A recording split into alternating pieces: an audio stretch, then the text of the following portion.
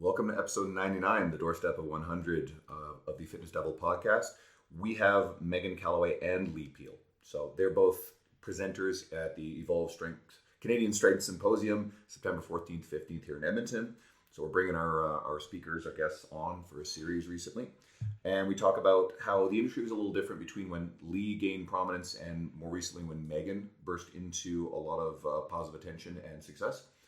We get into some of the thoughts on Meghan's novel and innovative training style and walking a line between making it grounded in basic principles versus just attention-seeking and novelty for the sake of novelty. We also get into a healthy conversation about, we never talk politics, but the idea behind not getting too involved in politics as a fitness professional or strong social ideological content, the dangers involved with going too deep in there. Enjoy the episode. Shut up and sit down.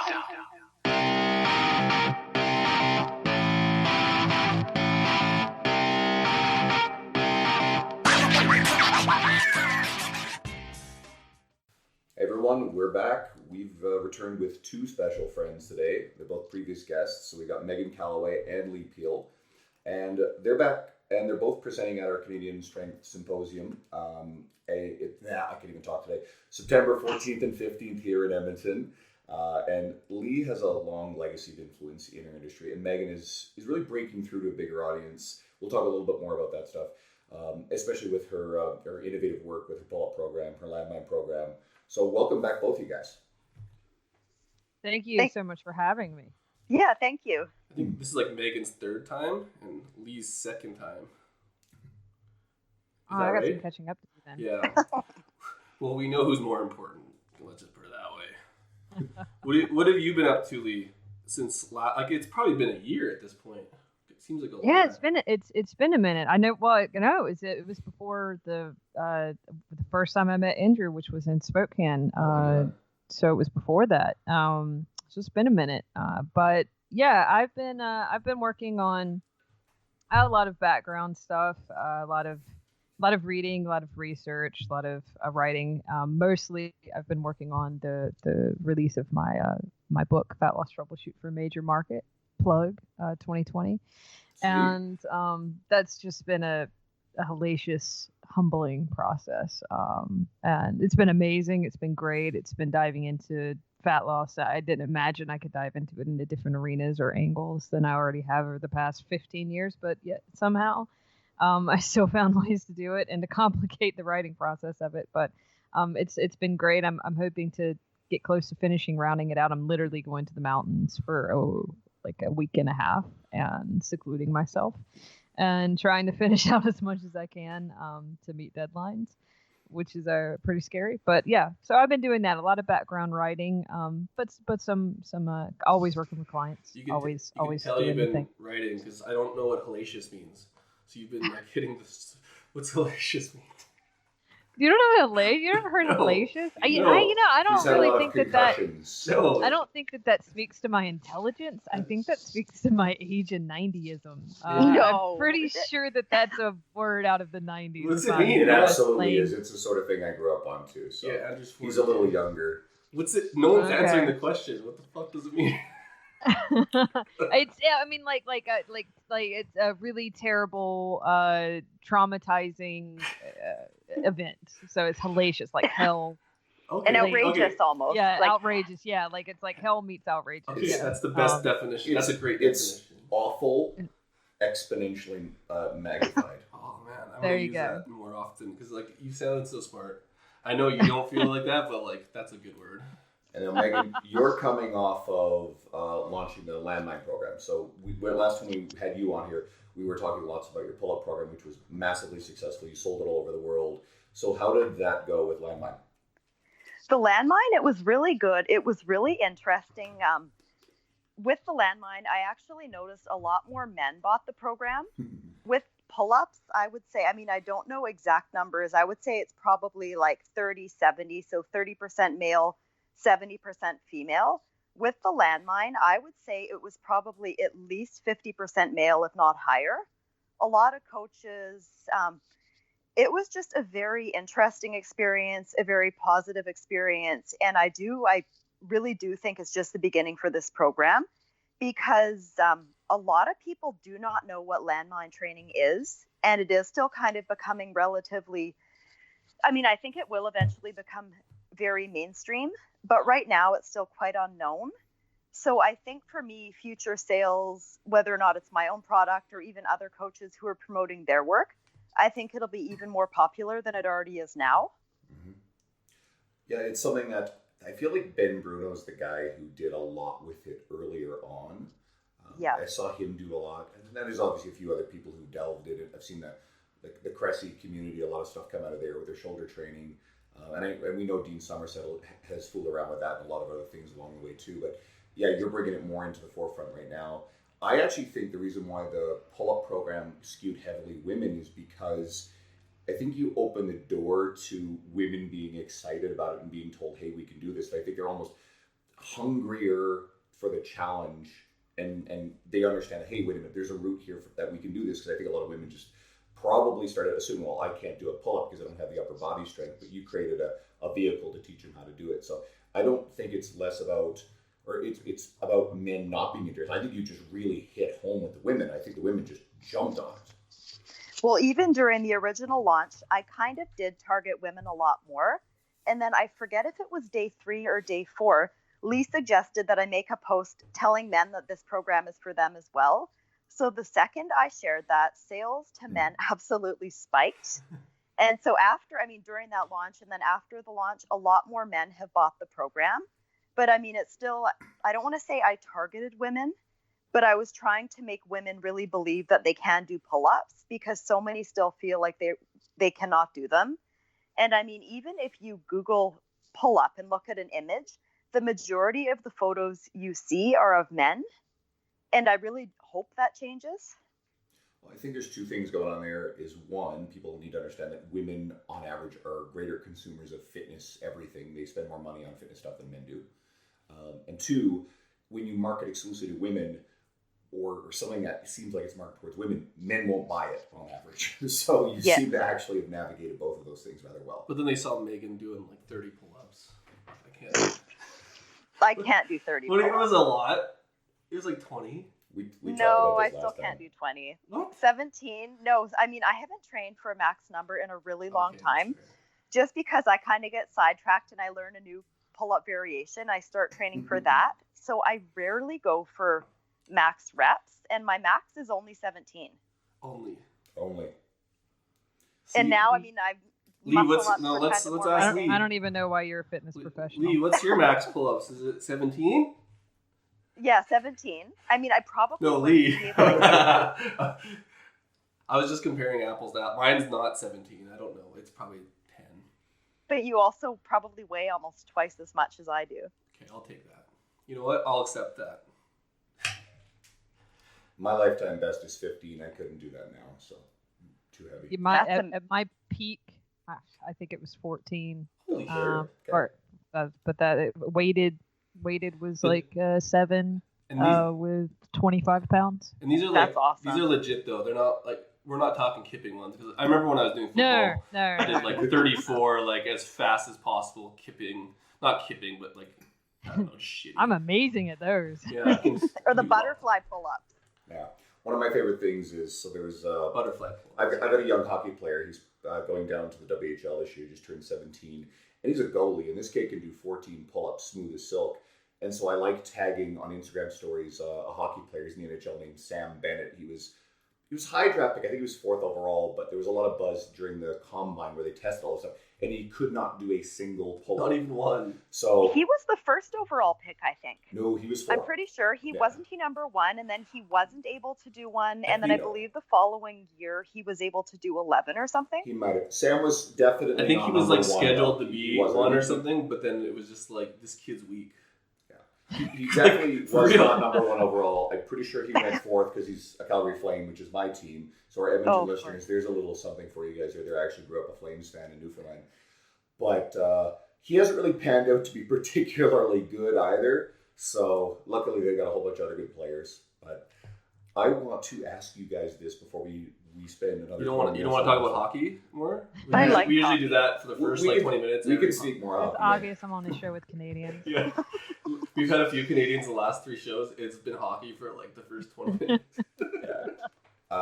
Christian Thibodeau is out here. There's some hockey there. So one of the things I found really fascinating bringing you guys all together is, so Leigh, you've been prominent in the industry longer.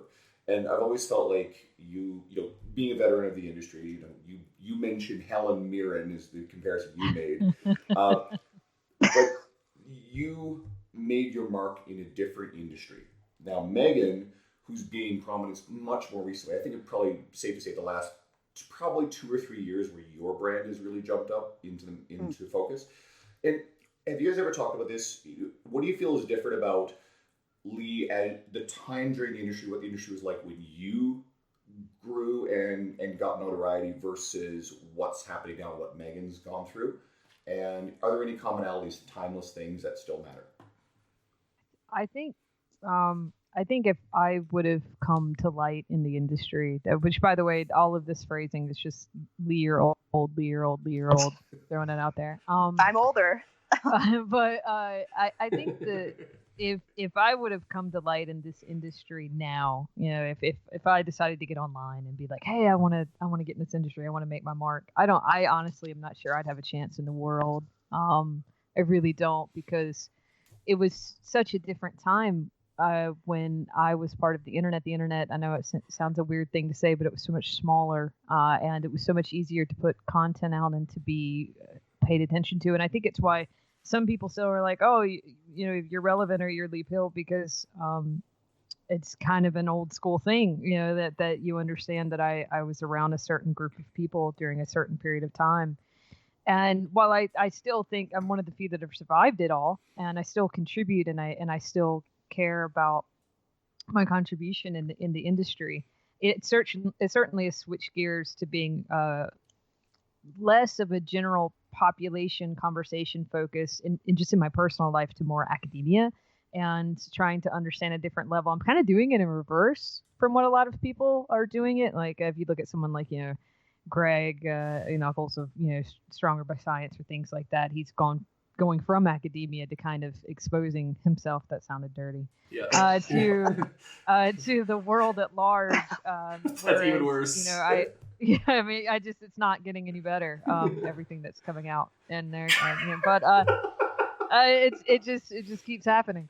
So I think that I'm a very private person. I was always just kind of about answering questions and being about the work and being about helping people in a very back and forth dialogue. I got my start by debates, by answering questions.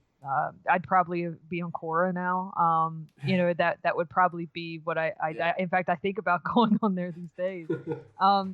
And it's just, it was a very different way of doing it versus how, say, someone like Meghan doing it. She's very big on social media, very big with videos, very big with all these kinds of things. And I don't think either one's right or wrong per se, but I would have to say that I think hers is a lot more in your face, successful, and grows with a personality aspect. I do think, and I'll switch this over to her to answer, but I do think a really big common theme, though, as much as I hate to really ever separate to gender or to sex or things like that, I do think that people still appreciate and want to see themselves represented in the fitness industry. And I think that who I am as a woman or who I am as just a general weirdo is still appreciated as a representation in the industry. And I think that that's a kind of common unifying thread. Meghan? My turn. Okay. Well, first of all, I wasn't obviously around online when Leigh was for many years. Something that I think is so timeless, something that absolutely is what Leigh is all about, what I'm all about. We truly care about helping people. We're not just after the money. A lot of people truly care, but then you find a lot of other people who are in it just for the money. So I think people recognize that, they trust us, they might want to work with us, or they might want to just follow our content. For me, that has really helped me build my own audience. I guess, as Leigh said, I do post a lot of videos. I post a lot of content. With the content that I post, I've been doing it for years, but especially maybe over the past 2 years, it's been a lot more consistent. My content has improved a lot. And I guess my main objectives, I'm trying to empower people. I'm trying to educate them. And I think one area that I really do well at is I get people excited about training and just learning how to be able to do cool things, or even just performing basic exercises like pull-ups. So I think that is kind of what I've been going for. I'm still improving at doing this every day. And I hope to become more and more, I guess, helpful and spreading my message and my brand. I think one thing you said there, even at the end, was like your content's really helpful. Like there's a lot of people posting landmine shit, and it's crazy, but like you literally are breaking it down so that someone can do it after watching your video as opposed to not knowing what's going on. So that avenue seems to be panning out pretty well. Yeah, well, I like to try to do things. I mean, I like to think that my form in my videos is good. And then some people learn really well by reading cues. So I try to include a lot of cues in my videos. And a lot of people have reached out and they've said that they feel like they're actually with me in person when they see my videos. And that is a huge objective of mine. And I mean, it takes a lot of work. It would be so much easier to just post videos, not write out the cues, but then I would probably not be helping a lot of people.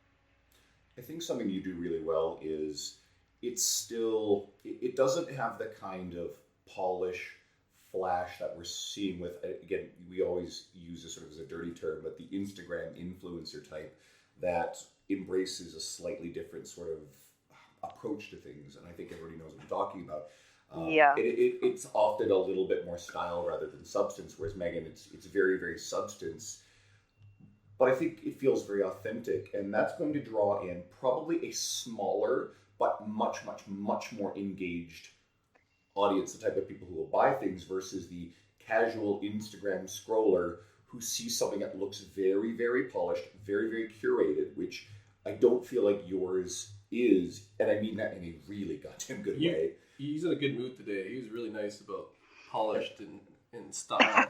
But I think you, and I think everybody knows what I mean in this, that feels way more authentic, which is going to bring the right kind of follower and audience, someone who is going to comment, who is going to buy your stuff. Whereas I just don't see someone scrolling through someone who's got 250,000 Instagram followers that are posting every second thing is bikini, Booty. And they go, here, go buy my whatever. Well, the one girl couldn't. And I say girl, there's lots of males too, but she couldn't sell 10 t-shirts. Like that was the headline. She's 1 million followers and she's a fitness influencer, and she couldn't sell 10 t-shirts. Not that this is all about money, but clearly she's not helping people if they're not watching her stuff. No, well, I think we've all seen that marketing followers has nothing to do with sellability or trust. Yeah. No. Now, do you think, and this is actually kind of cool, we talked about trust and Meghan's building it. Do you think, like, so the internet was old, but when it was new and there wasn't that much out, was it easier to build trust because there wasn't that much stuff out there? And you sounded like you knew what you're talking about? Does that make sense? Like, was it easier to build trust? Yeah, Leigh, for Leigh. Oh, sorry. No, I just wanted to make sure I didn't want to talk over Meghan. Meghan wasn't on the internet back then, remember? Yeah, you could say it was easier to trust, or you could say there was less checks, and I mean, there's some truth to that. I do believe that a lot of the information that was put out in the earlier, and I also think a lot of it was we were kind of figuring it out how we were going along. Even though it was the internet, it was kind of it's this gigantic Encyclopedia Britannica that you can kind of just browse and put questions in and ask. And I remember when Google happened, which is it's kind of a crazy thing to say, but I think we were all kind of figuring out how to navigate the world online, and anyone who had the guts or the hubris to kind of say, hey, I know how this all works, and I have opinions, and I'm going to put them out on a blog. I had a blog spot, for God's sake, which is about a level up from my live journal, which is just, it's nothing. But I think almost having the guts to just kind of get involved in the technology of it and to say, I have an opinion, I have a voice, here's, what it is I have to say, made you automatically a bit more of an authority, whether you honestly deserved it or not. And I say that even, with an open criticism to myself. And And I think it kind of made the age of authority or the age of trying to build an authority on the internet a lot easier. And I think now, if I'm perfectly frank and honest about it, I think while I do think we have a large league of influencers and bikini and ab models or what have you all over the place and things like that. But what you were saying was true about trust and marketing, that you can't sell a t-shirt. I think that there's difference between now that voyeurism aspect of the internet and you have to work a lot harder to say, no, but I have an authority, or no, I have something that deserves to be listened to, because you might put up a comment and you're going to have, 5 guys or girls, coming along and saying, yeah, where's the study to that? That's a nice opinion, but how can you back that up? Or, where are you getting that? You have a lot more people coming at you with the machine gun rat-a-tat-tat about the information that you're putting out there. And I think that's put us in a direction in which that is weeding out a lot more of the kind of hyperbole and dogmatic kind of snake oil salesman of things.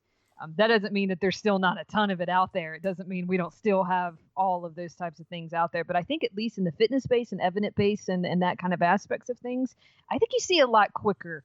Who knows what they're talking about and who doesn't. This is sort of jumping ahead a little bit because it leads to the next question we're going to talk about, so we'll go there. But I think we get this idea that because of Instagram, because of social media, that there's a lot more slick and uncredible people, whereas back in the quote old days, the golden era of it, that everything was good. People complain about photoshopping and what have you. Cosmopolitan has been editing women's photos for a really long time. All these magazines have been doing this stuff. This shit's not new. And that was still very widespread. And there were still people hustling gimmicks and fitness bullshit, snake oil, you name it. And that stuff's been going on for forever. So it's probably magnified. It feels like there's more of it on social media. But this stuff was always there. So I think we forget that even 15 years ago, when the internet was very different without the ubiquity of social media, there were still the bad people who were selling bullshit. Well, sometimes it was like whatever Oprah was pushing. Like I remember Dr. the time, Oz. or Dr. Oz, but like when the talk shows were big, like they would always get paid sponsorships, and they'd be like, they'd have like a 5-minute segment. Everyone in the crowd gets a free whatever, and then like, but that was authority because Oprah is like fucking right at the top. This might come across an unpopular opinion, but I struggle to respect Oprah because I think she's been a purveyor and peddler of so much bullshit for so goddamn long that people celebrate her as being this great person, and I'm just like, you can attack Oprah? That's fucking Oprah's been responsible for a lot of crap for a long time, so I'm not convinced that she's a bastion of greatness. We just lost like all our females from the 90s. I will say she's done far more good than bad. I would agree completely, so Megan. I love Oprah, so I'm going to stand up for her. But she did create Dr. Oz, right? She's responsible for Dr. Oz. And so, he's done a lot of harm. So that's true. Yeah. That's tough. I think my point is that she's not... But it's like everything in the world. She's a good actor. She's not perfect. She's a good actor, too. I think she got... Why are we talking about Oprah? Fuck. I think it's a case of you can be an amazing master in one field and a complete novice or emotionally open to things in another field. And I think Oprah is a great case of that. She obviously has never grasped the concept of her health or her diet. I think we can say that. I'm not being mean about it. I don't think she's ever grasped the concept of her health and her diet. And I think because of that, she's sit that voyage through, but in the public eye. With every book she read to try to figure out her issues, it became the next great book. It became the next thing that for people to read, and it became a thing, and people could not differentiate between, oh, this is a woman on a self-discovery journey who's trying to figure things out versus this is an expert. And I think that that's always a problem when public figures get involved in complicated details of nutrition, diet, training. I mean, anything really. Well, especially because she's I'm going through cancer treatment. Yeah. Here's my anecdote onto the cancer treatment. And now you're a public expert on cancer. I think we see that all the time, and she is one of the leading figureheads of that. She's relatable. Jordan Peterson rose to prominence for the stuff he's risen to prominence for, and he's a contentious individual. But him and his daughter especially promote keto. Exactly. I think it's carnivore dieting, right? Yeah. And they have no credibility in that realm whatsoever. They're not experts. I actually am about to release something on my website today, and it talks about survivorship bias. And one of the things that I mentioned there is Tom Brady and this alkalinizing diet, which is complete fucktard bullshit. What else? There's now you're in a bad mood. LeBron James and his cryo stuff, which actually sort of is a little bit legit, but it's like Michael Phelps and cupping, and people thinking that cupping was giving him some sort of edge. No, he's Michael fucking Phelps. His arms are down by his ankles. Like, he should be good at swimming. That's like just that's absolutely perfect. Like, he looks like a fish, kind of like they have. Dolphin. Yeah, he does look like a dolphin. These people were genetically gifted to do what they're doing, and then they worked really bloody hard for a really long time, and they did almost everything else right. But then you get this one weird, quirky thing that they're popularizing, and not everybody, but some people think, oh, this is the magic secret sauce. Like the year that the U.S. Olympic team showed up with all this kinesio tape all over them. Right? Oh, yeah. And there's not a study out there that's validated that works, that does anything. It does nothing, and I bought into it years ago. And when I was playing soccer injured, I literally was taped from head to toe in kinesio tape, and it did absolutely nothing. You would have looked cool, though. It looked ridiculous. I mean, I was so desperate to play that I was willing to try anything. And I mean, I probably spent a good hour before each game putting the stuff on. I was always jealous because like it reminded me of like Viking shows or like when they have fight scenes they paint themselves. But like some of the CrossFit people look pretty sweet. Like I know like it kind of looks stupid, but like kind of cool. They're a beauty of neon and hot pink. Yeah, and they look like tribal markers. Some of them they look like stars on their shoulders. Doing their butterfly kipping pull-ups. Like 100 of them. Yeah, at least 100 per workout. Yeah. Okay, we could probably go. Okay. Let's go back to where we were. Yeah. Well, we didn't get off track at all. Not. Leigh, we're back to you. We won't call you old anymore. She did. She called herself old. We didn't say shit about it. So then we can say it more often. Okay. You said it, so we can say it. Okay, you've seen like someone. Self-deprecation for me. It's funny because Andrew writes these scripts, and this makes you look old. You've never seemed like someone to seek the limelight, and certainly never compromised your integrity. Do you feel this is becoming less common, or was it always an industry problem that's now more visible, like with social media? Yeah, I mean, it does circle back to what we're saying. You know, I think when you look at you look at U.S. history, for example, which is still relatively young, and you know, there was a period of time in which there was a type of journalism. It's called yellow journalism. I don't know because you Canadians, so you guys don't know anything about that. But essentially, yellow journalism was hyperbole, Daily Mail type scare tactic, dogmatic journalism. The lots of things that got posted in it were causes that you could find connected dots or unintended consequences to wars, to the changes in the shapes of things that we have today. And people for a long time have been printing publications or saying things in manuals and passing them around and getting them hopped up on things and leading the champion of an era or of an ideology kind of thing. And diet and nutrition is just the same thing as religion in that regard to a lot of people, and they follow it so hard. So, you know, this is nothing new. It's just on a grand scale global stage. And I think, you know, saturation is absolutely a real thing. It's not that it isn't. It's just we're seeing it being played out on a global market, and we're a part of an era and we're a part of a time. And in that aspect, as an onlooker, I find it fascinating, and it's really interesting to watch, you know, to be part of the social political time.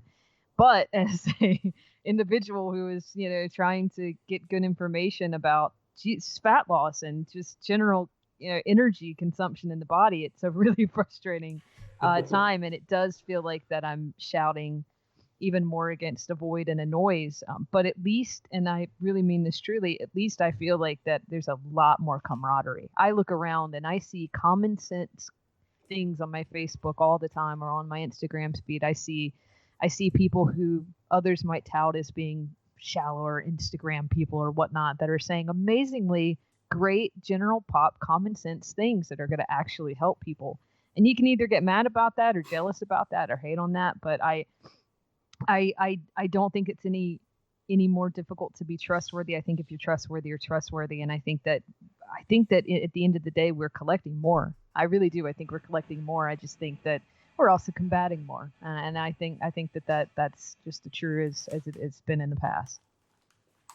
We had some weird noise outside, so Dean got spooked, and that's why we went quiet for a second. Sorry, guys. Maybe the listeners will hear that and like, what the fuck was that? We had some or it was just a mic drop, I mean, that's just play off the moment of that. That was a very well put together. Well, I find, and I'll pay you a compliment here, Leigh, as I'm listening to you personally, like I find with a lot of the guests we have, there's a lot of banter back and forth, and you have to really resist the temptation in life, especially here, to wait to be able to say the next thing you want to say in response. But I find, especially when listening to you, you really get immersed in what you're saying, the way that you deliver language, and often there's not much to add to it.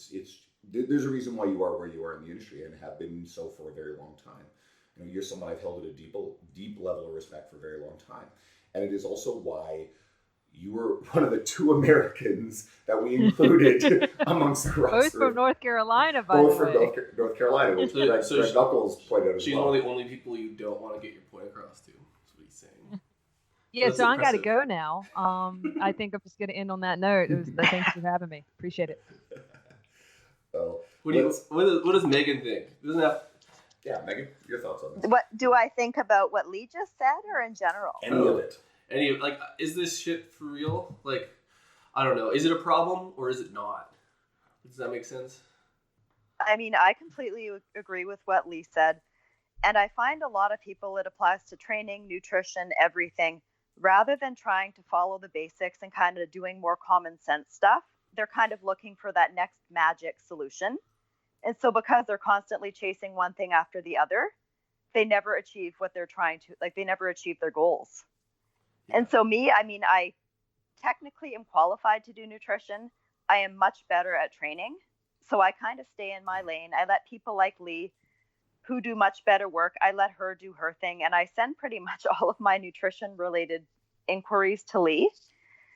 Just because for me, I'm trying to think of the best way to say this without coming across like a total ass.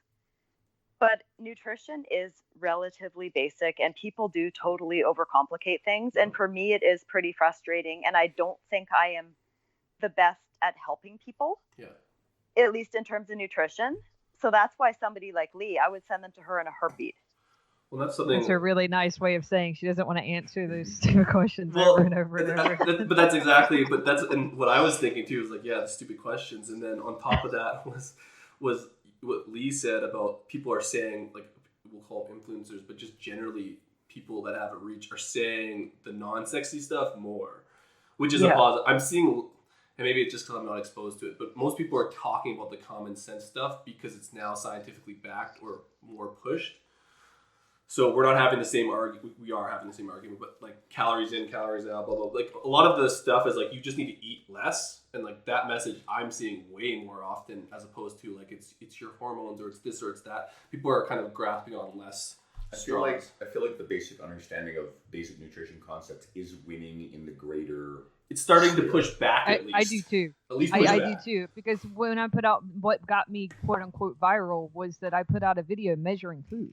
That was amazing, that video. You know what I mean though? Like, I mean, in a sense, like, and now it's every other day I see a plate of 900 calories versus a plate of 900 calories. They look almost the same. It's the oil, whatever, all these types of comparison photos, weight photos. This is what mayonnaise on a sandwich looks like with a tablespoon, and this is what it looks like if you ate it, things like that. And it was a very common sense approach to the application of simple nutrition. And I think it's the applications that we're finding and weeding out like these, quote unquote, these like kind of troubleshoots. And I do think that there's a lot more of that. Yeah. And sure, for every of that, there's another keto expert on the other side of things, or another, but even they are some sort of diet that came out of the ages in which that didn't even exist with, cauliflower pizza in support of it, which is, fine. But whatever. They're even getting better though. They're talking about like the calories in, like they're talking about balance now more than because before it was all magic and now it's less magic. Like they're talking less magic than they were in the past. Yeah, and that's where it's really led me in my interest and focus, because it's like, okay, it's been 15 years of the basic nutritional needs, and yet these same people are having a problem achieving these basic nutritional needs. What's the problem? what else is going on. For those that didn't solve the problem, for those that it wasn't just a lot of the noise and the confusion. So I find it a great entryway into what I feel the next era of nutrition and metabolism understanding it mixed with psychology, and I think that it's great. And I personally am one that's happy to see that kind of stuff all over my feed to combat the noise. I think it is reaching critical mass, and I'm hopeful, like we talked about, that it just becomes a generally accepted thing amongst the mass media general population sphere. And like you said, then it becomes knocking down all those other things like the psychology of it. I know something I've been really immersed in lately is reading up and researching on sleep, and sleep has a massive role. And I think that's actually the next frontier. It's going to be a big one. Well, I was going to say exactly that. Like all the little stuff, like do stuff that helps you with stress and sleep and whatever, eating, like all that stuff is kind of hitting critical mass where more people, like even the fact that people are talking about sleep is insane to me, like in a good way. Yeah. It's the most under-discussed, underutilized, important thing. Like if you turn around and say to someone, hey, I've got this supplement, this thing you can do that is going to dramatically improve your ability to build muscle mass, your ability to lose body fat, your energy levels, creatine, and a whole bunch of other stuff. And people line mental up for health. mental health. Yep. Long-term Appetite. Health, improve the likelihood of not getting heart disease, cancer, immune problems, diabetes, and your blood glucose regulation. And a big one is Alzheimer's. There's a massive relationship with sleep and Alzheimer's. Oh my God, sell me that supplement now. What is it? And the answer is to actually improve. And it's not just as He's like, I'll tell you. But it's true. It's not as much only sleeping more, although that's a key component. It's better quality of sleep and more. This is probably the most powerful thing that people just simply don't do enough of. So I'm actually deeply immersed in it. I'm writing something about it. Hopefully I'll get it out in the not too distant future. And I really want to push this topic to get people to talk about it more. Let's swing back to Meghan, because we sort of dabbled on this just briefly earlier on, and I like this idea. So you showcase a lot of novel and innovative training ideas, but they're grounded in basic training principles. And we see people all over Instagram doing really cuckoo, creative, fucked up, stupid shit too. You also perform some unique feats of strength. How do you walk the line between marketing yourself as an expert in training that benefit others, but not falling into doing novel things just for the sake of that novelty and completely missing your intended audience? I think the big thing with me and a lot of the innovative exercises that I share is just me putting my own spin on basic movements, kind of adding another layer to it. And this, I mean, even with my own training, when I'm with clients, this is something I only do some of the time. It's not like everything I do is innovative, but it has to make sense. It's something I obviously try out myself before I ever introduce to clients. And it is just really adding a small layer to fundamental movements. So it's nothing kind of outrageous or hellacious. I'm going to say hellacious. It's just it's kind of just putting a spin on something basic. And Twitter, funny enough, is a place where I see most of the, I almost said fucked up. I probably shouldn't say that. You already said but it. I did. I said fuck, oh well. But a lot of the coaches who coach the elite athletes, and I don't want to go off on a big rant, but some of the coaches who coach the top teams in the world, the strength and conditioning coaches, I'm assuming it's because they kind of got in because they knew somebody. But this is where you often see people performing those kind of circus exercises where they make absolutely no sense at all. And I mean, I know I've seen LeBron James doing some of them, but of course with him, I'm sure probably 99% of what he does is totally basic. Yeah. And then he might just try, like that 1% kind of might just be something fun, something innovative. But you see a lot of people doing this training where it does make no sense. And if you were to ask them why, they probably would not be able to tell you. So for me, like if somebody were to ask me what the purpose of the exercise is, I will always have a reason. And if I don't, I would never do it in the first place. You hit on a really good point, and you actually basically said something I just said in this article I'm releasing today about LeBron, and I mentioned how he uses cryotherapy, and I explained what it does and what it doesn't. But LeBron spends $1.5 million a year on his body, his upkeep, his nutrition, his training. Like you said, you can bet that pretty much 95% plus of that is really sound, solid stuff. And there's probably like things layered on top. He's also LeBron James. someone else missing all these other basic principles and then thinking, oh, I need cryotherapy because cryo is going to be the thing that helps me get that much further. No, hell no. That's LeBron getting 1% that keeps him on the court just a little bit better. So, there was something else. You going to talk about the Browns? There was a couple of videos that have been circulating recently about football training. There was one guy who's wearing some sort of weird device thing, and he's balancing on a Bosu ball and throwing this ball back and forth. I don't know if you guys have seen this. I'm not sure. I thought you were going to talk about the 700 I just saw it. Yeah. Is this soccer or football? Like football, that was a or football. soccer? That was a football because he was throwing a football. Oh, okay. Sorry, he meant American football. Yeah, Got American football. Sorry.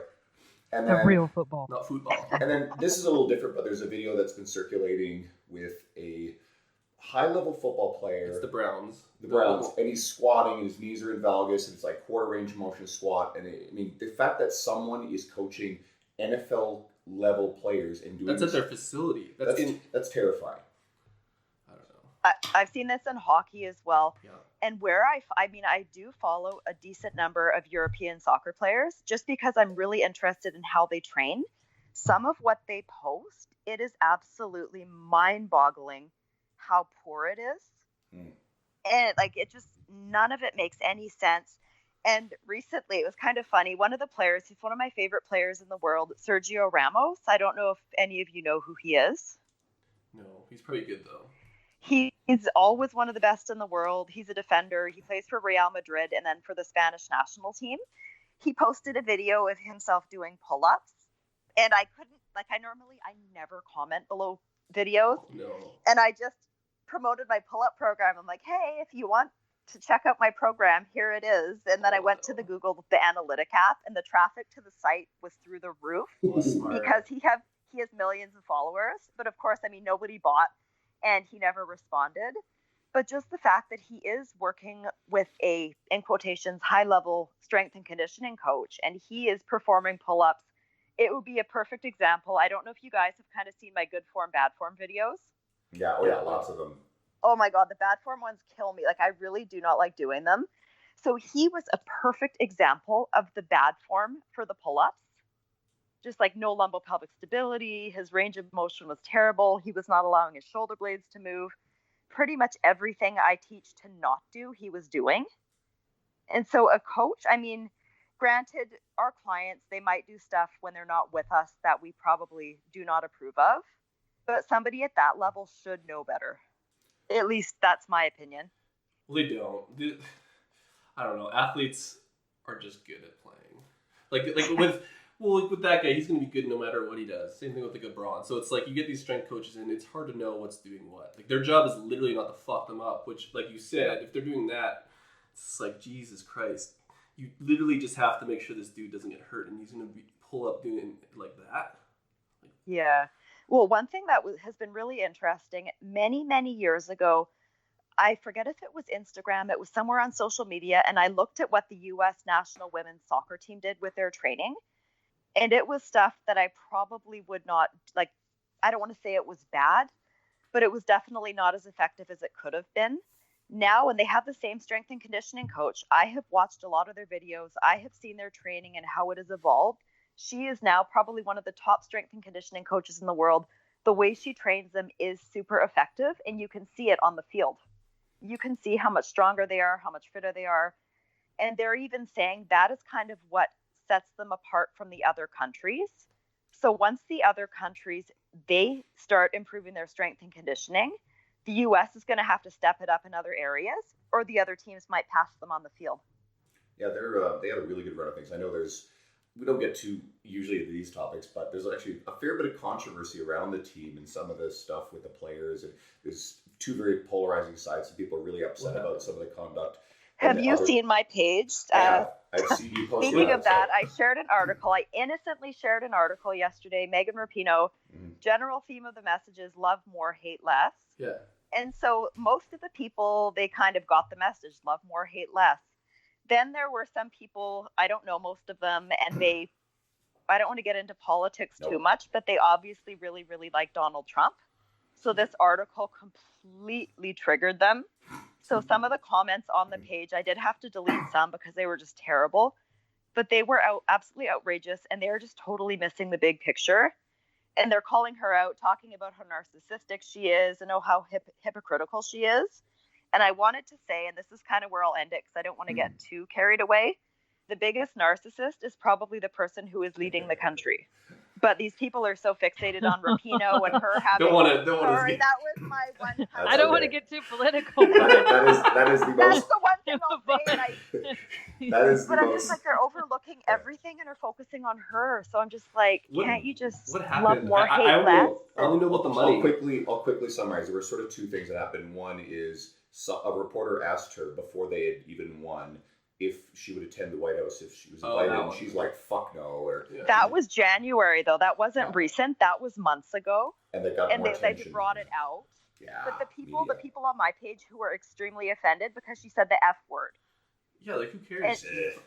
Like, fuck you off. guys swear every second, and like every other word you guys are like, swearing. She doesn't want to go to the White House. Leigh and I are offended. Like, she plays soccer. She doesn't want to go to the White House. Like, this has very little to do with, and this is where I'll take this really quickly. This has very little to do with the individual actions of these, because people who follow very, very far left or right spectrums, and they're both absolutely equally guilty of this stuff. It's not just one or the other. When they see someone of the opposing ideological spectrum who does something that it has very little to do with what they've done, and has everything to do with the fact that they are the ideological opponent. And then they will manufacture these things. And inherently, they're usually fairly hypocritical in their criticism of the other side for what they've done. And each side tends to think that they're the moral high ground, and therefore they think the other side is a bad guy. And this is actually why, and I'm a strong believer in this, especially for emerging fitness professionals, people who are really established can probably get away with this stuff. But emerging people, stay away from social ideological stuff and stay away from politics, because you can turn around and alienate half of your potential audience.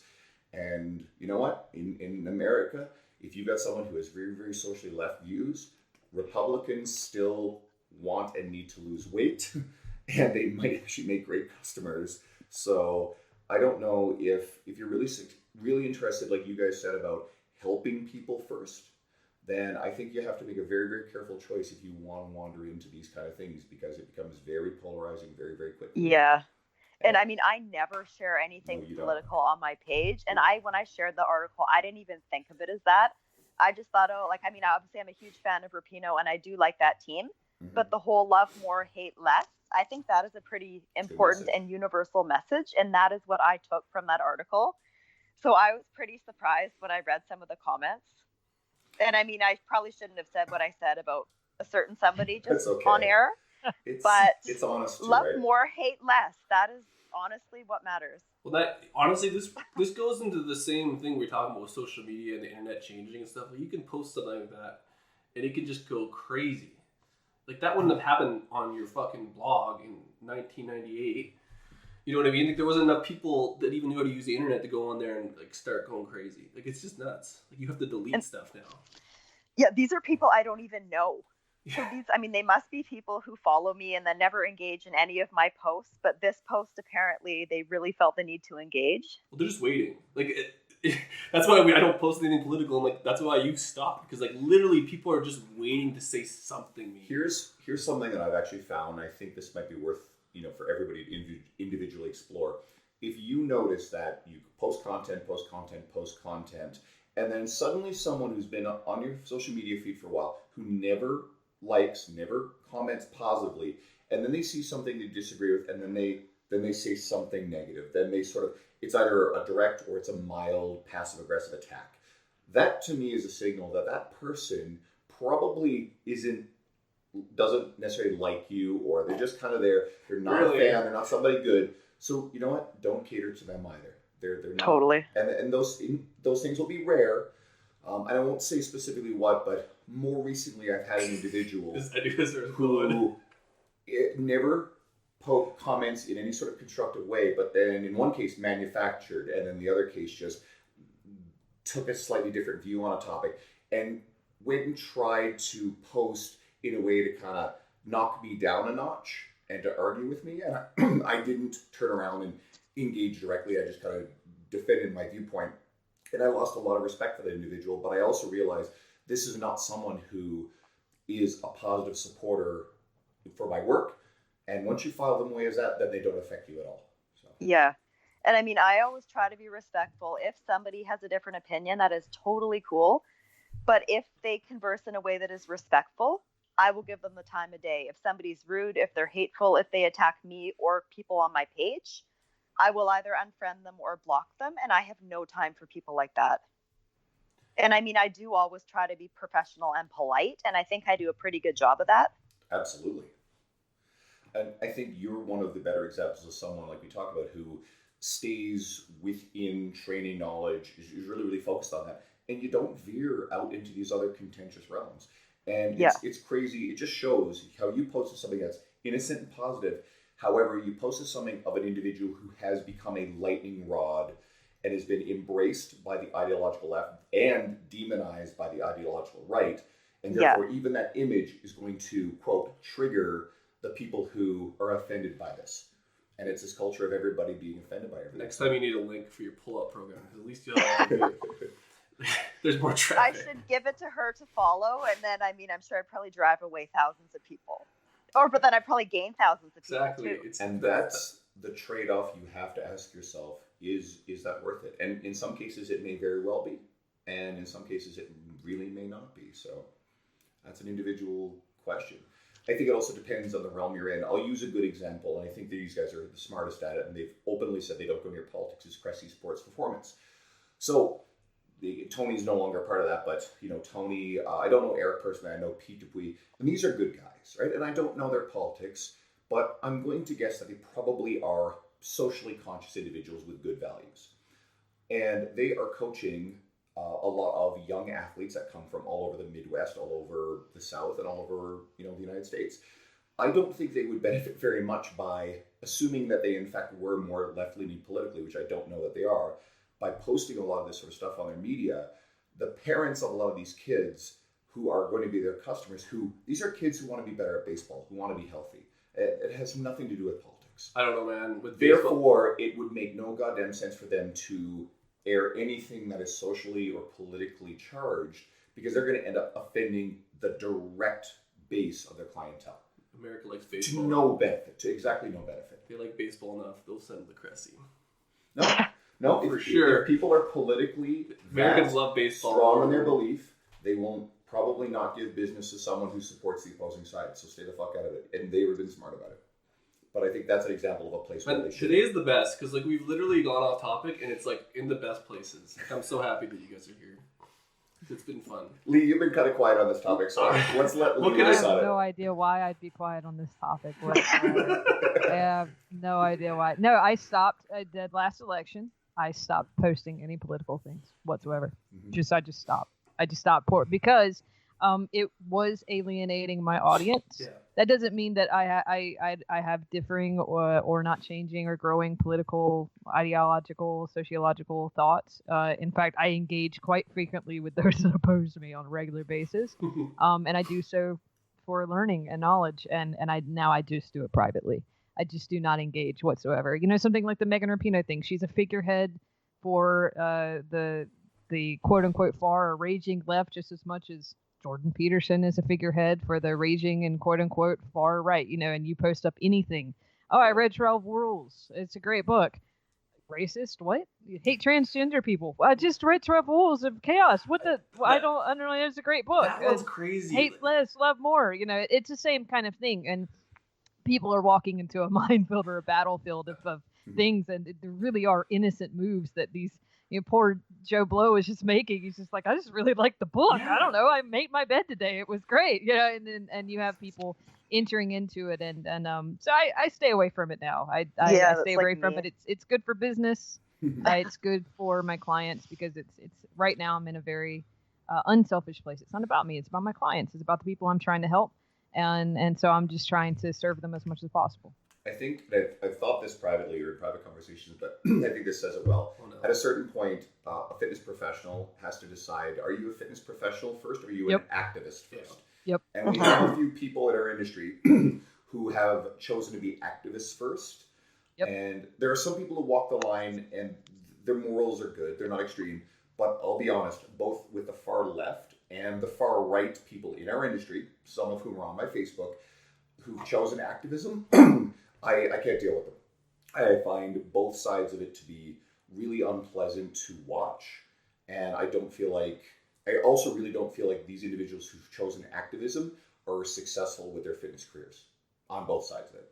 I have found that is the majority of the case as well. That the more that you dive into trying to read, and I was saying this to a friend of mine who I don't agree with, and we bang heads in the aspect of our political spectrums or our sociology spectrums. And I said, if you spent half as much time reading studies and reading the things in the fitness industry that have to do with growing your, even just marketing and growing your business as you do reading the transcripts of a hearing or of some sort of thing that's going on in the political arena, I think that your business would grow like in an instant, because you have the looks, you have the strength, you have the abilities, you have all these things. And I don't know if they took me seriously or not. I don't know if they took it to heart, but they've kind of been shifting their gears a little bit. And I really think that if you put that energy and that effort into something, and this is and the aha moment for me was, if I have, and I don't mean it to sound bad, but if I have money and if I have power and if I have ability to affect things, then I can make change. I can make change. I can do that. What good does it do me reading arguing points on Jezebel or on BuzzFeed or on, Daily Beast or whatever? Like, what good is it me reading counterpoints unless I'm deciding to go into politics? And I'm not deciding to go into politics. I am, however, deciding to make charitable donations with my money. I am, however, deciding to contribute to the world in a functional way. So why don't I work on just making my money and putting my head down and helping people with the things that I'm good at, and leave short-term, in my opinion, and I say this is to myself as well, impulsive political activities to other people. Mic drop, 100%. I'm freaking out over here on camera because you stole exactly what I was going to say. I agree with you 100%. He stole it. Brilliant. I was going to say, Mike Israetel is on here talking about it, and he's like, I have a PhD, and I'm pretty smart. I read a lot of stuff. He's like, it would take another PhD to be that informed on some of these politics. That's how much time they're wasting. And that's a big. He's like, it's so hard to be informed on this stuff that your time is better spent. If what you want is to be successful in fitness, it's a lot of work. I also think this. You can't, and that kind of goes back to, and I'll just say it real quick, you can't fake it like you used to. No, it's not just like, eat 4 to 5 meals a day, do this HIIT exercise program and you'll be good. No, you're playing. I think we're being elevated to a much bigger league that we're all playing in, and so you better spend your time reading the studies, or you better spend the time learning your articulation, or your writing, or your marketing, or whatever. Yeah. And in my opinion, get the hell out of the politics because it's not serving you anything. No. Yeah, people. Sorry, Leigh. No. I just interrupted Leigh. I was going to say, people do try to do everything, and then they spread themselves too thin, and then say they do focus on the politics. It can take away from their ability to perhaps learn more to help themselves in fitness, to create content. By focusing on the one, it really can take away from the other, at least if you try to combine them.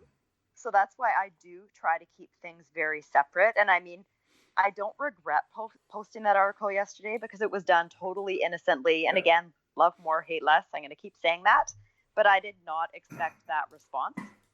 And that is exactly why I stick to fitness and I don't really talk politics publicly. This has been a great conversation, and we usually stay away from quote politics, but I don't think this is about politics as much as it's about a philosophy and approach to your business. And I think this may be one of the more valuable conversations to anyone who's listening to this. I certainly feel this when I see our industry, and some of them are our friends or the acquaintances we have in our industry, when they spend a lot of time on this back and forth, and there's the same people always doing this stuff, it screams to me that they're not busy, and that they're not necessarily that successful with their fitness business. And I think, like you said, you take all that time and effort and you put it into things that will actually help you be successful, you're going to be a lot better off. And then if you are super successful, you have the time and the resources to do positive things, as opposed to, and I'm going to use a term here that gets a little bit of virtue signaling on social media. And I find a lot of it just ends up speaking into an echo chamber. And then it's just a big circle jerk of people who agree with you And Yeah. that just, I don't think And there's I'm anything not good. saying that can't have its own networking value and, Yeah. and that can't be its own thing. I mean, it can. And also everybody has hobbies and everybody has personal interests. I mean, I have friends that absolutely kill. I mean, they kill in this They industry. kill people? That it politics and staying politically involved and politically informed is their hobby. It's their music they listen to. It's their movies that they watch, if you will, and they are absolutely on top of their business game and in their politics games. I just think that that's rare. I think that that's rare, and I think that most time you just end up going down the rabbit hole of the internet, and that's not a good thing to be, not for your business. I agree. Let's go to the reason why we actually had you guys on right now. So we have been on. It's not to talk about anything. Wasn't to talk about We politics. forgot about what you're here for. We timed this to pull you guys together because you are presenting here at our event here in September. So September 14th, 15th in Edmonton, the Canadian Strength Symposium, and we were really proud and excited to have you guys. So when we sat down, myself, Dean Somerset, Dean Guido here, Evolve's owner John Chung, and Hannah Gray, who's also one of our presenters, we were banging about ideas. So a bunch of names came up really quickly, and yours were two of the very first names that popped up. And we've got most of the people that we had originally set out to. We would have loved to have had a John Goodman, probably too busy this year, so we'll maybe see if we can squeak him next year. He's the guy who travels a lot. But we were really lucky. We got pretty much everybody, and then one person who we originally targeted turned around and kind of made some demands that weren't exactly aligned. No, just shut up. And it actually worked out for the best. Dean. We've got a great... It's We've got a Not me. Yeah, that would be funny. We got a great lineup out of it. It actually worked out perfectly. So, but we're really proud to have both of you guys. So I wanted to see what you guys thought about. Like, Leigh, you've been around these events for a long time, and Meghan, you've gained experience more recently doing a few of them. What do you feel about the value of attending these events for your career or anyone's career? Yeah, you go first, Meg. Okay. I was going to say, for me, I mean, it's been huge just learning from different people, different backgrounds. I've really enjoyed it. I'm looking forward to presenting and kind of growing myself in that area. And this year, I'm really excited because I think in Spokane, it was largely, for me, it was like a lecture-based presentation with some practical. I think I did the best by far in the practical components. So I know this year, I believe, will I have access to a slide machine? That we should. I think. Okay, I think wasn't we'll quite have, sure. We should have a projector, so like some of the logistics. Or a and stuff. projector. Yeah. Sorry, slide machine. Yeah. I was like, I'm what's this slide machine? Now you're dating yourself. sorry, Yeah. that is really. Do we have to print Now off? you're like, the old one. Ha is Well, I that, am older by about, I think, 6 months. And then Andrew's the oldest. I'm the oldest. I'm 41. So I will point so, that out. yeah. Andrew's the oldest. like, do we have to print off the clear things with the letters on them? Like that, those are expensive now. So what I was going to say before I got sidetracked about the slide projector is I'm very excited that my presentation is going to be more practical because I find I am the best at teaching versus lecturing. So I do think I'll be able to make a bigger difference. And then I am just really looking forward to seeing people like Leigh, Dean Somerset, Greg Knuckles, Lee Boyce, all of the other people, and just learning from them. So I think that's about all I have. But I mean, attending these conferences is so important. And I think that everybody, if they can do it, should make a point of attending at least one, if not more, per year. I mean, I agree. I think that I think one of the things about these kinds of things, and it goes back to all that we see in not only business development but personal development, is you put yourself in the room with people in which that really elevate you, or that you try to attempt to elevate you. And I know that for myself, I'm really personally excited about the talk that I'm doing at the conference. It's unlike any talk I've ever done before. I'm presenting something publicly that it's exclusive, if you will, to the conference, and I'm really stepping up my game in a certain kind of department of how I'm going to do things. So if that's not a reason to go and buy tickets, then get your tickets now. But one of the reasons that I'm doing that, and then I continue to do that, is because I believe that there's a degree of which, if you want to be raised by your peers, and if you want to be elevated by your peers in that regard, that this is just such a great way to do it. And you elevate your work, and you elevate how you help your clients, and you elevate how you do the things that you do. And I don't think that it's all just for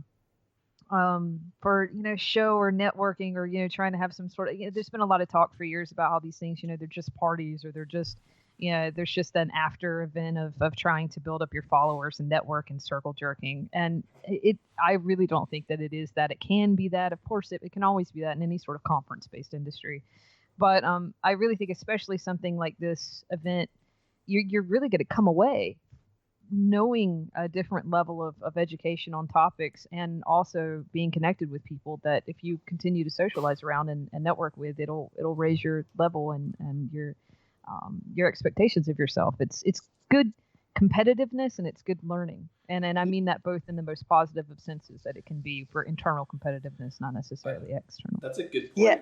Sorry. I was just going to say, it does totally make you want to be better, step up your game, whether or not you're just attending. And then obviously if you're presenting, that is an entirely different experience.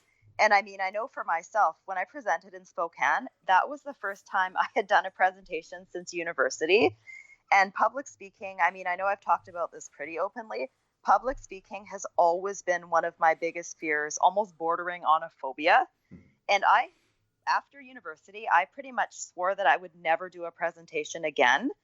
So the fact that I did the one, got it under my belt, it went okay. But now, I mean, I am truly excited to do this presentation. I don't feel nervous, and I do just want to keep growing. And this is a perfect chance, I guess, to kind of make myself better and push myself outside of my comfort zone even more.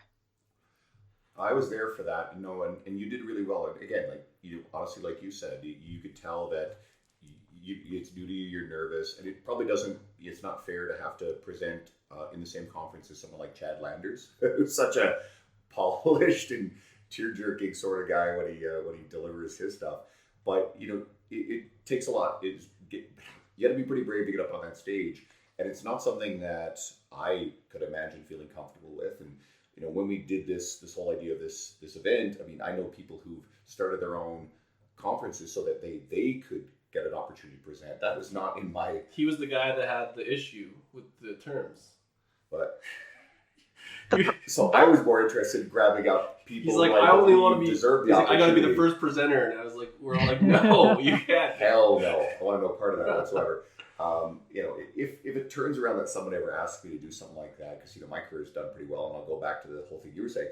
I think one of the most important things I ever did was go to that first Kansas City Fitness Summit. So should have been 3 years ago now. And that just changed everything for me. And a lot has exploded since then. You see where the bar... I don't know. The competitive thing struck a chord with me because you see where you stand in a good way. Like good or bad. And you can see where the bar is. Because hopefully, if you go to these things, there's people who are doing things well. And it's very evident when you see them speak. Or even when you see them as like people in the crowd who... Like you can tell the people who hold themselves a little bit higher. And it's hard to find those models, those role models, if you're stuck in wherever you're stuck in. So when you have all the best people kind of come around to these things, you can see a lot of things that you're not necessarily exposed to. There's a lot to learn just being around them because they're not all on the internet. And if you're an individual that's willing to do some self-work and have some awareness, you can literally see like, who do I feel comfortable talking to? Who do I feel comfortable walking up to and saying something to? Who do I who am I maybe checking myself a little bit with, and where I feel that I line up. And to me, and it's not keeping up with the Joneses things. It's not like a status thing. It's got nothing to do with any of that kind of stuff. It has to do with like, my own self growth and my own ability in myself. And I'm like, can I elevate it again? Can I elevate it again? Can I keep pressing those boundaries of comfortabilities? And it's, I don't feel like that you get that same thing behind a keyboard being safe at home. I just don't. Sorry. I think it's the safe place. And I think that you got to stretch those boundaries of the comfortability, and it's important.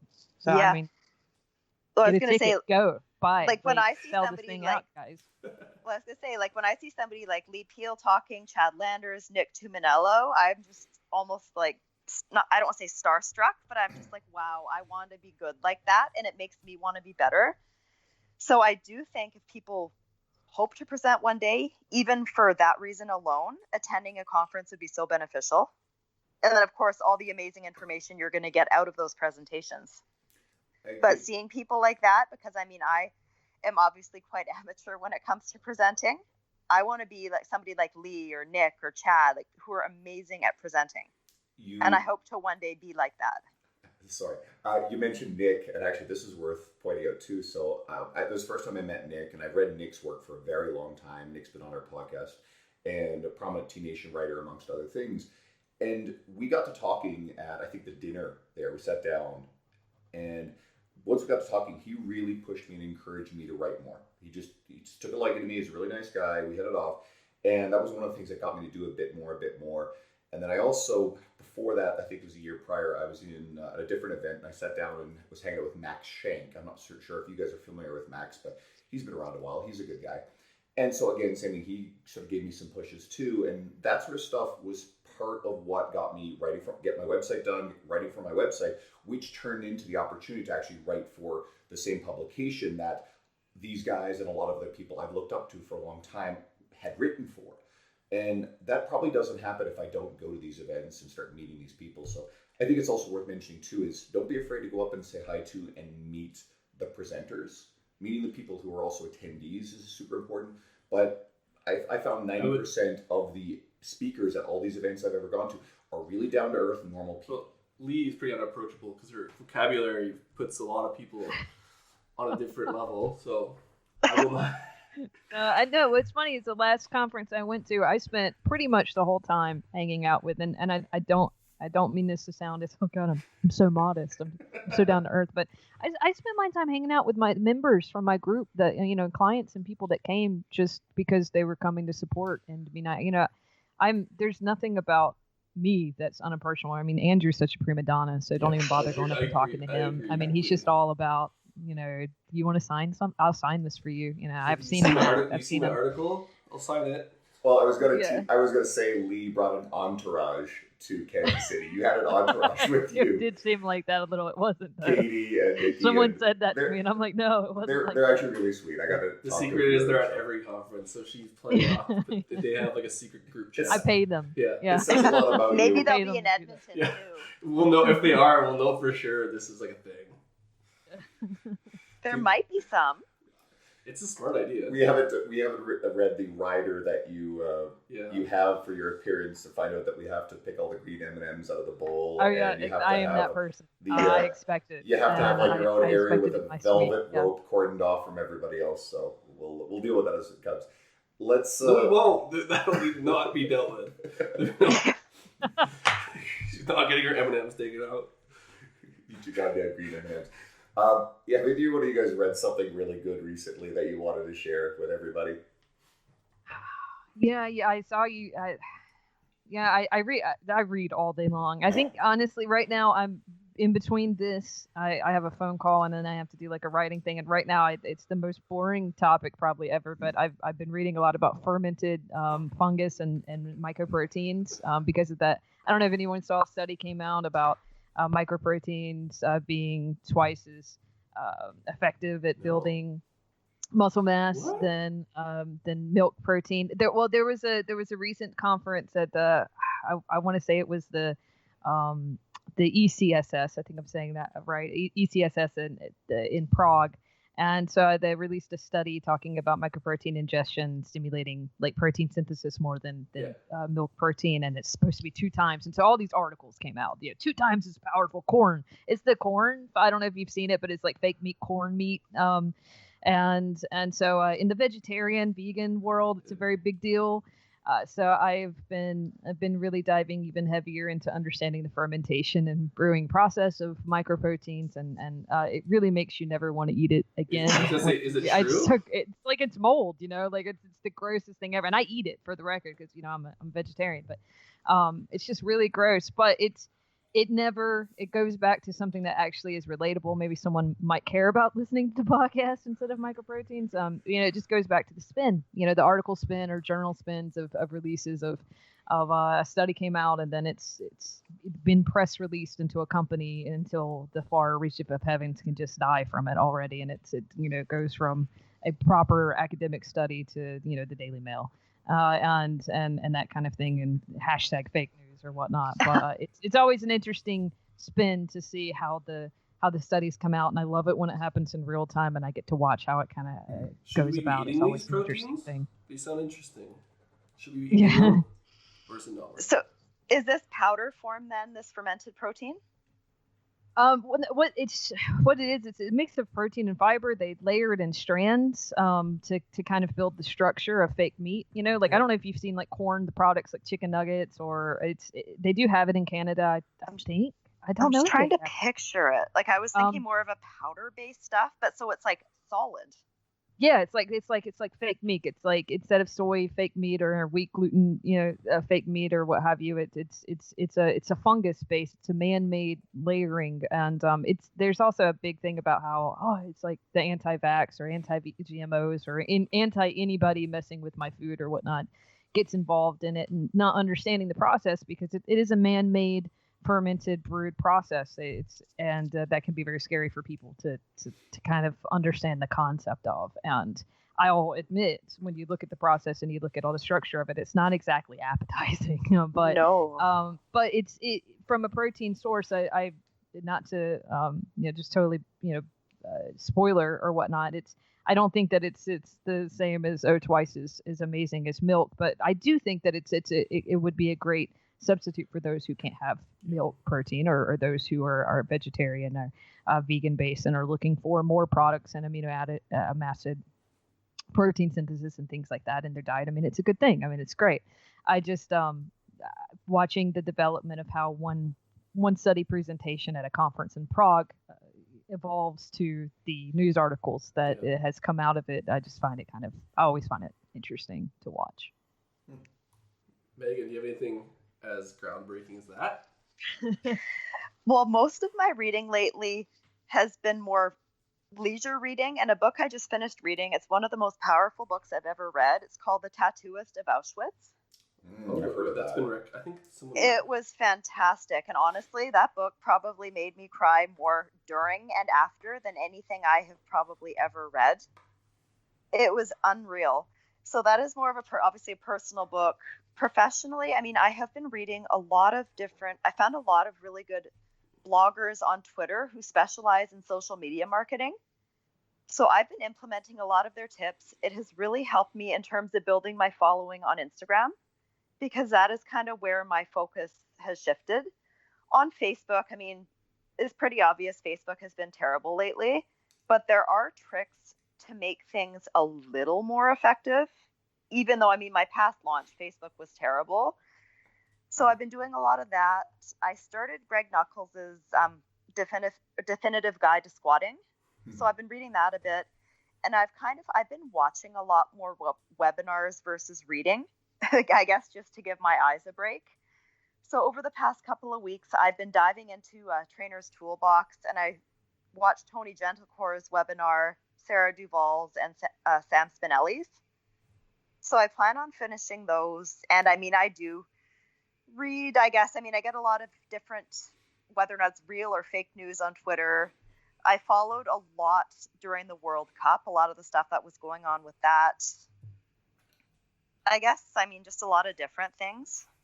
I think there's a really good takeaway from this is that we can often, and I can be guilty of this, of getting better, reading, absorbing in order to not write or create or that side of stuff. But also you can just It's a therapy session. Thanks, Yeah. Andrew. Yeah. So true, man. And I'm serious. No, I hit nail on the head. I'm just saying. Go ahead, please continue. It's a therapy session. I'm gonna He listen. reads way too many books. And you can also just get caught in this loop of consuming just books for the sake of consuming books. I could also definitely do that. But what Megan's done there is just surgically going and getting things that you need that will help you. And then I think if we can be more selective about going and grabbing the stuff that is most pertinent to our career success, personal success, whatever. And it's also okay to absorb things that are just recreational for fun, because you should really be a more well-rounded person to talk to your... Speaking of that, I don't know if this is true or not. It was on Twitter. I was reading about how they're apparently trying to implement or make the keto diet mandatory in the U.S. Army. I don't know if anybody else saw this. That's terrifying. Holy shit. No, I have not seen that. I believe I saved it, so I'll send it to you. But I believe they're trying to make the keto diet mandatory in the U.S. Army. You should do it in jail. Make it so much cheaper. Terrifying. Yeah, that was one of the kind of random articles that I kind of scanned, and then I saved it to read later, and I have yet to read it. Yikes. Well, I mean, there's a lot of fucked up shit going down south of the border. Then again, we get some weird shit up here too. So I mean, does this stuff really surprise me that much? No, it's awesome. I love that. Like, it's a great world to live in because you get exposed to this shit all the time, and like you don't even know if it's real or not because it literally could be real. Like that article might be fake, but at this point in time, like it's not out of the realm of possibility. Yeah. I need to see the source. I can't remember the actual source of the article. I talked to someone the other day, and they're just like, "I'm so bored," and I'm like, "Bored?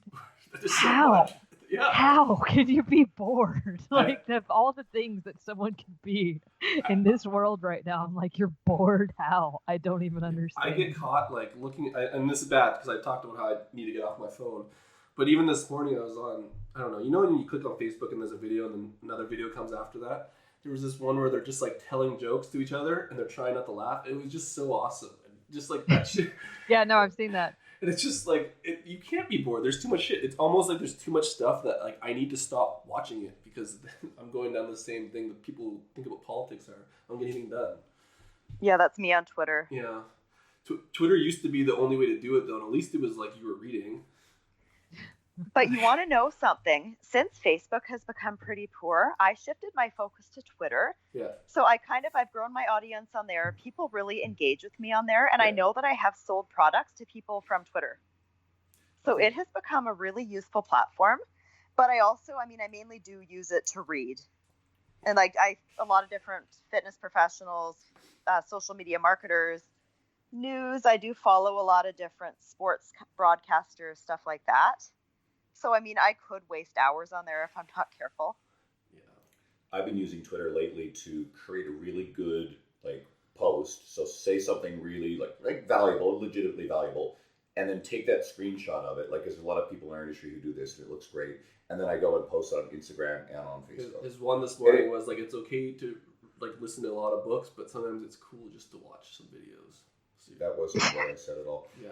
But funny enough, and then of course, that just the way the graphic looks, it blows up on Facebook, especially if the content is good. And Instagram, people respond to it. And I got one like on my Twitter because I have no followers. But did you post from, so you originally shared it on Twitter? Yes. Screenshotted it and then posted it on Facebook? Yeah, just look at it. You'll see it looks great. It actually looks awesome. Andrew's awesome because this is the best. Is that what people were doing was they were having fake Twitter things and they were making it up. Andrew actually went and did real Twitter and screenshotted it. But it's so much better that way because then you can double dip. Well, no, you can do it on Facebook too, and on Instagram. For me, in terms of gaining followers and in terms of being my most popular posts, the quote posts are always the most popular. And I had the one, and I think it's funny. I don't know if Nick Tuminello, he got his idea from my post. Do you remember his video of the squat, kind of more like the hinge squat or like the kettlebell swing? One was more kind of like a squat hinge and then the other was a pure hinge. Okay, no, I didn't see that. So I made a post. It was I guess a bit black and white, and I do try to steer clear of the black and white statements. But I said, I can't remember my exact words. I think I said, the kettlebell swing is a hip hinging movement, not a squatting movement. I agree. I did see that. Yeah, exactly. So my post on Instagram, it blew up. I'm not I'm that popular on there. So I got over 1,100 likes. And wow. For me, that is a lot. It got me 33 new followers. The stats, I think it reached over 30,000 people from this one post. So Nick's video, it was really good. He did it on Facebook. It was a pure hinge, like a kettlebell swing that was a pure hinge. The second, and I even said, I commented below, and I said it was still a hinge, but it was slightly more, more quads were involved. So I argued, or I don't say I argued, but I said how both were still hinges, but the one involved a little bit more quads. So I do think what I said is true. You see people squat their kettlebell swings all the time. And they might incorporate an upright row or what have you. And that is what I was talking about, what you don't want to do. You do need your hips, obviously, to be involved and to be the main driver. Yeah, no, I agree. I think swings especially is best done as a hinge movement. And if you're going to squat, I mean squat. Do a squat movement. Don't do a ballistic, like something flinging around squat movement. Right? I think it's... That was some great imagery that you just I, did there. this is where it usually goes to. It's just like we all have, like, our brains go to stupid places. Well, that's what I was thinking the same thing, which is means that the Hannah Gray episode we had recently ended up in some terrible, terrible places. It was awful. Like, just, oh my God. She was talking about some TED Talk where they were fisting pigs or something. Jesus. And like well, they weren't. They were trying to like impregnate a pig, and I don't even know how he got there, but it was a TED Talk about that. And I didn't know, like I didn't know what hellacious or whatever. I didn't know what she was talking about, and then she explained it to me. Like, I feel like maybe it's better that I'm in the dark for a lot of these things. You know what? Yeah, that escalated quickly. Yeah, The title exactly. of our episode should be Hellacious. Yeah, That should be the title of today's episode. Look, You know what? Look, Dean, tell her what I wrote down Hellaciousness is the name of the title. Well, the thing is, like, I'm okay asking. I don't give a fuck if I don't know what hellacious means. Like, some people I'm not wouldn't even entirely sure it's a word, by the way. It is a word. I'm sure it is. Most Yeah, I'm people- almost positive, and I think like it's hell and outrageous combined. I'll look it up after, but I'm pretty sure that's an what it Urban means. Dictionary. Well, most people won't ask that question, and they won't ever know. And they'll just like use it wrong, and then they'll look like an idiot. So at least I was like, I don't even know what that means. Dean, I think Oh, it's... I looked fell it on up. the sword for your Nope. audience. Yeah. Dean. I just Exactly. looked it up, you guys. Yeah. Hellacious, it is a word, very great, bad, or overwhelming. What? And then the sentence, there was this hellacious hailstorm. Okay, yeah, we're right. You guys were on Yeah, track. we're in the vein. I like the better like hell and something combined. I think We Dean's need to history of rewrite that. concussions is probably the real problem here. That's a. I bet there's a lot of people that agree with me on that. I think that you're a noble man in your field for what you're doing. Yeah. You're asking the hard questions. And I think that was the only that's don't what, let him give you a hard time. Before we wrap up, like that's the reason why we got to He's start. he's gonna break out on his own, and he's gonna be rivaling Rogan. What people don't realize that maybe I asked that to like break the ice so that the podcast isn't complete shit. You ever think about that? Oh no. Okay, let's tell people where to find. Silence was telling there, Leigh. Andrew. It was telling. Let's tell everybody where to find you guys if they want to follow you or consume more of your stuff. So, start with Meghan. Probably the easiest place to find me, you can go to my website, megancallawayfitness.com, or I spend most of my time on Instagram in terms of social media, so Meghan Callaway. Easy. And yeah, you can find me on leaphill.com. Just Google Leigh Peele, Leghpele. It's 10 letters. People have a hard time with it, I know, but it's 10 letters. I think you can do it. You Google me, you'll find me. I'm trying to think who's been the guest. with That the was not hardest, humble. hardest name to spell we've ever had, and I'm thinking John Romanello is probably up there. Who else have Oh we yeah, had? good one. Peele does it's coffee, Kelly Coffee, because it's not spelt properly. Mm-hmm. That's true. Yeah. That's true. Because I try to look. Oh, it's I was spelled- going to say with me, all A's, like the golf company. Yeah, actually, as I was writing this, it tried to autocorrect your last name to an O. Callaway Always, is. yes. Yeah, So which people is- always spell it that It's a way. golf So company, right? all A's, like the golf company. Yeah, like that should be. Yeah, okay. Well, we've run long, but this was fun. This was actually super. Really appreciate you both coming on, and we will see you guys in September. And I hope that anyone who, not just Edmonton people, but anyone from the surrounding area who is looking for a conference to travel to, we're going to try to make this a really fun, educational, but also interpersonal event. You'll get to hang out with everybody. If you have any questions about it, shoot me a message or Guido a message, and we can answer them if you're interested. And again, thanks for being on here. We appreciate it. Thanks for having me. I really appreciate being on. Yeah, me too. See you guys. Shut up and sit down.